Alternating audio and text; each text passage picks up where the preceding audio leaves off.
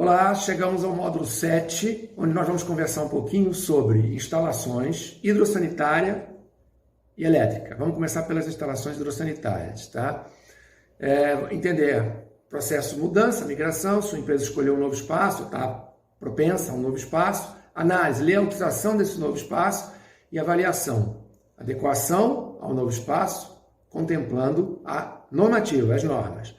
Para essa ocupação, vamos falar aqui agora sobre os banheiros, tá? Nós temos as NRs, que são as normas regulamentadoras do Ministério do Trabalho, mais especificamente a 18 e a 24, que na parte de escritórios, tá? Elas nos limitam, elas nos dão o mínimo que você tem que ter por colaborador, pela quantidade de colaboradores, o mínimo de bacia sanitária, vaso sanitário e lavatório.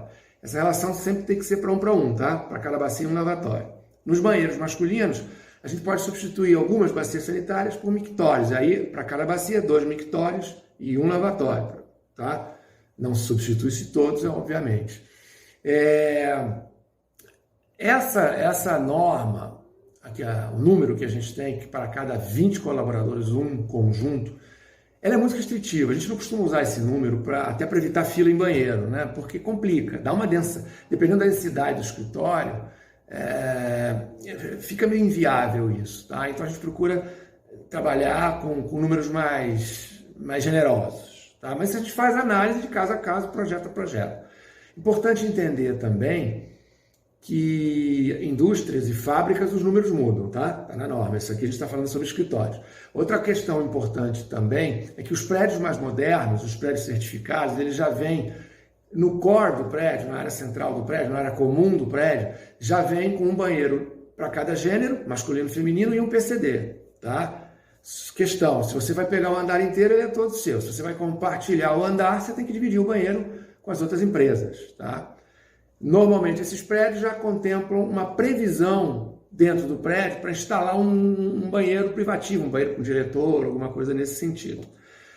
Também na definição, na especificação de material, a gente tem que contemplar no seu projeto os dispositivos economizadores de água, tá? Isso hoje em dia é fundamental em qualquer projeto. O projeto tem que ser sustentável, não existe mais. A diferença de preço para um convencional é muito pequena, e empresas, principalmente, que trabalham com compliance, inclusão social e etc. e tal, a gente tem que ter tudo isso vislumbrado no projeto, tá? São os dispositivos de torneiras automáticas, as mecânicas e as eletrônicas, válvula duplo fluxo, bacia vaso sanitário, né? Bacia sanitária, caixa acoplada duplo fluxo ou própria válvula convencional duplo fluxo, isso tem que estar contemplado no projeto. Alguns clientes pedem hoje em dia para a gente incluir um chuveiro para um colaborador, o prédio não tem um vestiário, vem de bicicleta, aí a gente tem que pensar nisso, um chuveiro elétrico, vai impactar na energia. Não há possibilidade de botar gás, porque aí vai ter que envolver corpo de bombeiros, vai ter que envolver exaustão específica, e em locais mais enclausurados você não vai ter uma série de exigências que você talvez não consiga. Enfim, para a parte hidrossanitária seria basicamente isso.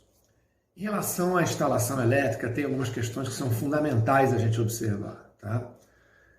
Para isso, eu volto àquela questão da necessidade de ter um consultor, ter um profissional que vai te dar suporte nessa análise, um profissional generalista, de preferência, para você não ter que contratar um engenheiro eletricista, um engenheiro de segurança, um engenheiro mecânico para o ar-condicionado e assim por diante. A primeira análise é assuntar no condomínio, com o corretor ou com o representante do condomínio, qual é a voltagem, qual é a tensão que é entregue pela concessionária, né? Aqui no Rio de Janeiro é a Light, a sua energia, tá? Então, a energia que chega para você nos seus cabos alimentadores, ela é 220 volts, ela é 380 volts. Isso é fundamental a gente entender, e vou explicar por quê. Você tem uma série de equipamentos que você quer levar nessa mudança para o seu novo site. Você tem lá os seus equipamentos, os computadores.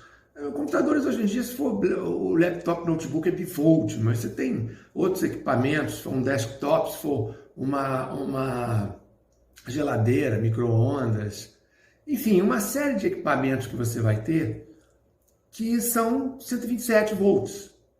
E aí com 380, para você transformar isso para 127, você vai ter que, na sua instalação, projetar um trafo rebaixador.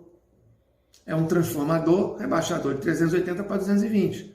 Porque aí o 220 com o neutro você faz o 127 do seu equipamento. O 380, o máximo que você faz com o neutro é o 220. Então você vai ter que ter um transformador, um alto tráfego, rebaixador, vai ter que ter um quadro para ele. Então na instalação já há um impacto maior do investimento que você vai ter que fazer. Tudo isso só pela informação, se é 220 ou é 380. Que normalmente não se pega essa informação antes de alugar um imóvel. A outra questão é a carga elétrica que é instalada lá hoje em dia para o seu imóvel. Isso é muito importante a gente ter uma noção da carga, porque no projeto de elétrica vai se contemplar a demanda energética que você vai precisar para os seus equipamentos, para a sua iluminação, etc. e tal.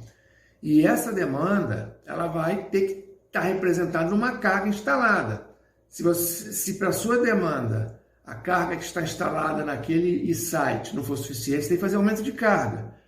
Aumento de carga já implica num adicional a mais, um investimento a mais que você vai ter que fazer. Mudança de cabos, os cabos alimentadores, os cabos que chegam no teu quadro, tem que se mudar.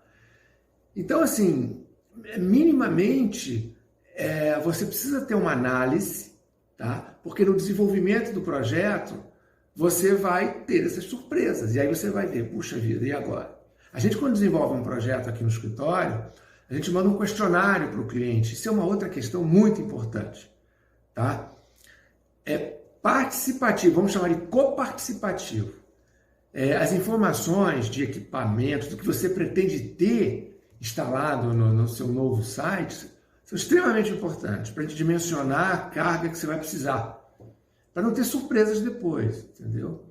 Então, uma análise prévia antes de alugar já é interessante, para evitar algumas surpresas. E aí, você depois vai nos passar informações, como por exemplo, eu preciso ter um no-break. Eu preciso ter um sistema que, caso a energia fornecida pela concessionária caia, eu continue funcionando. Para dimensionar esse no-break, a gente tem que saber exatamente o que vai estar pendurado nele, quais equipamentos.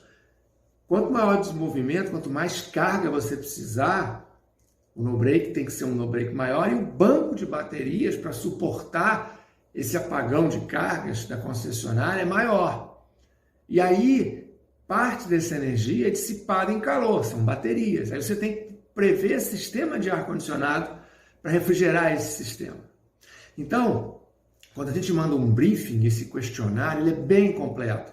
Ele já fala sobre todas essas questões que são necessárias ou que vão ser necessárias no seu projeto. Ele já alerta você inicialmente. E anterior a isso, na escolha do nosso site, a gente dá o suporte numa visita técnica ao local sobre todas essas questões. Ele já levanta isso anteriormente para evitar as surpresas que podem demandar no processo. Quando a gente for falar mais à frente em luminotécnica, a gente vai mencionar a qualidade das luminárias, e aí o tipo de luminária que tem hoje em dia com a tecnologia para evitar o impacto na demanda, pelo menos na parte de iluminação, ok? Mas isso tudo é fundamental, a gente estar alerta. Eu me lembrei aqui agora, na questão do no-break, que a gente já mencionou, que é importante também de mencionar a autonomia, né? O tempo que você vai querer